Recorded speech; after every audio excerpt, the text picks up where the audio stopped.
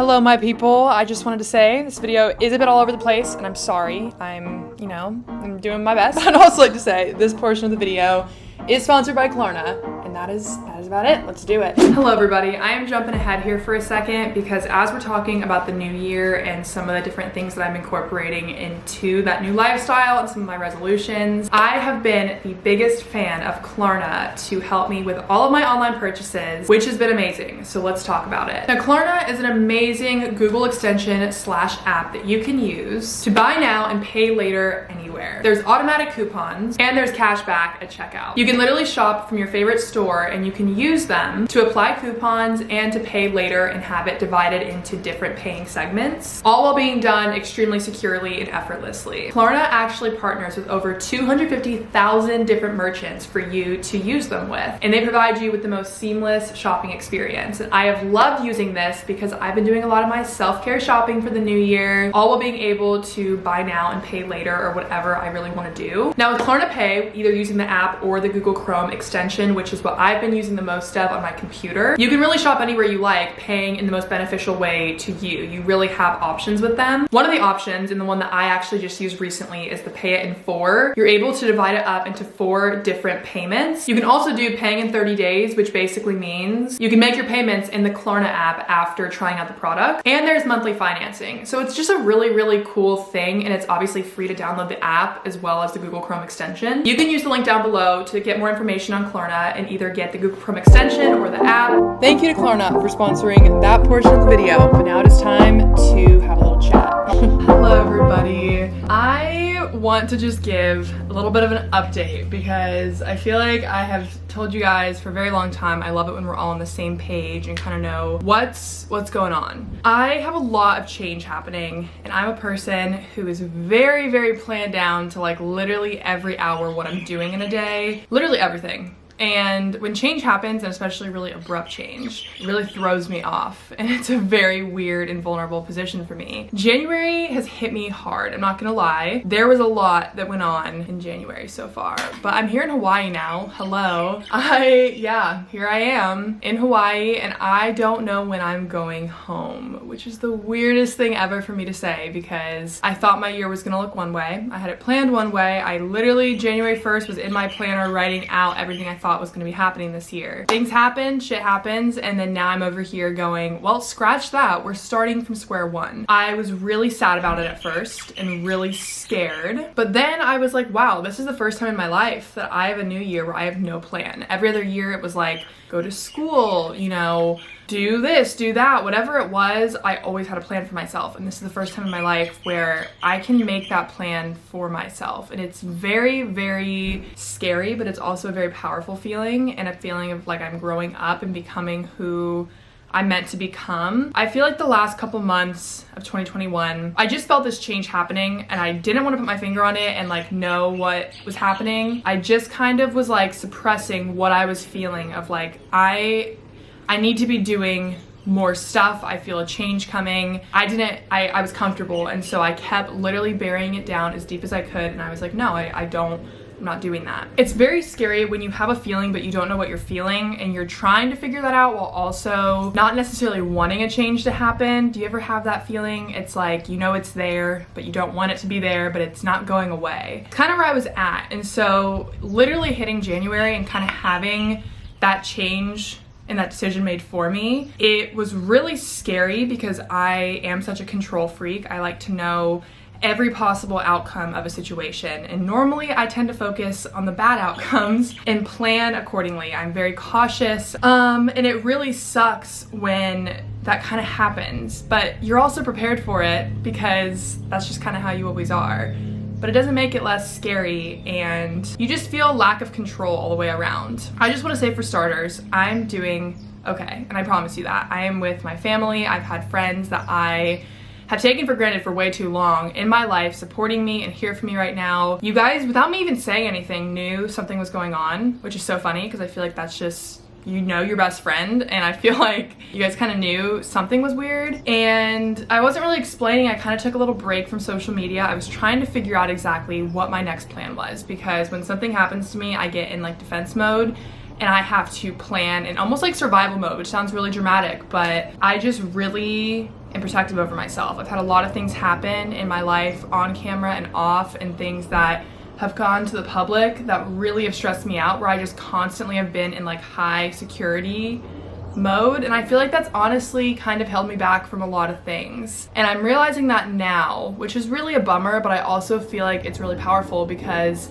I can heal from multiple things at once. I feel like I didn't allow myself to heal from things that happened. And so while doing that, I brought them with me into new friendships, new relationships, into my life and into my circle, even though they were completely different feelings and situations. I don't want to do that with what I'm going through right now. That's not fair to anyone else. It's not fair to myself. And even though I have to tackle these emotions and really do it myself, I have to do it. And the other thing I want to stress is you can be anywhere in the world. I'm sitting here in Hawaii at this beautiful place. I just had a freaking 4-mile beach walk with a coffee and my therapy headphones, which the therapy headphones, I decided on my new attachment, I need to start putting my attachment into physical object, because I tend to just overly attach myself to everyone in my life, and then when change happens, it's a very startling feeling. So I have put my attachment into my therapy headphones, is what I'm calling them, because they are my therapy right now alongside my therapist. But anyways, as I was saying, I'm here, and as happy as I am here, that doesn't mean that I don't have things going on in my heart that are gonna take more than just being on an island to fix. And I want you to know that too, because even if you're going through something and you think, oh, if I was just here, I would be better, or if I could just buy this, I would be better. That's kind of where I started with, and I'm still kind of there. But until you can tackle what it is that you're going through from your heart and from the inside, yes, these attributing factors can help. 100% being on this island right now is healing me. I'm seeing the most amazing signs and things that are showing me that I'm in the right direction, but that's not going to entirely heal me. I have to heal myself, and that's a really scary feeling, because I tend to want others to fix me and to tell me what to do and to remind me of different things. I'm just such a words of affirmation person. I always have been, and I think that's due to my anxiety of like, well, what if this? What if that?